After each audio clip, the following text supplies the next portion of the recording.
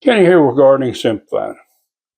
Today we're going to talk about collecting mullein seeds if you're going to grow your own mullein, which mullin's got a lot of medicinal benefits. But what we're going to talk about, this is actually the top of a mullein plant. One of my neighbors actually had got some from a friend of his, and he planted some. Some of it died over this last cold spell. He had one plant left, but I asked him, could I just take a top of that?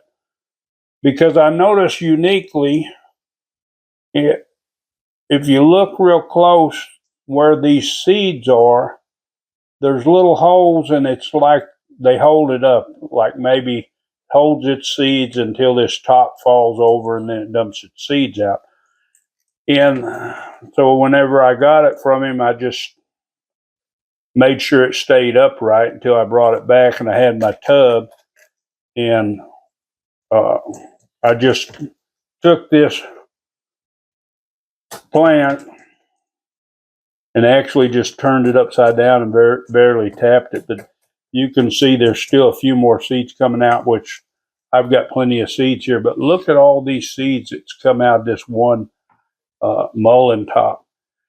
So if you're wanting to grow mullein, if you can find one that's standing and dried up so it's easy to spot, grab one of those tops. Just make sure you hold it upright, or take a bag with you so you can turn it upside down in that bag, and you'll get all these little fine seeds. Now I'm going to plant some of these and see if I can't grow my own mullein.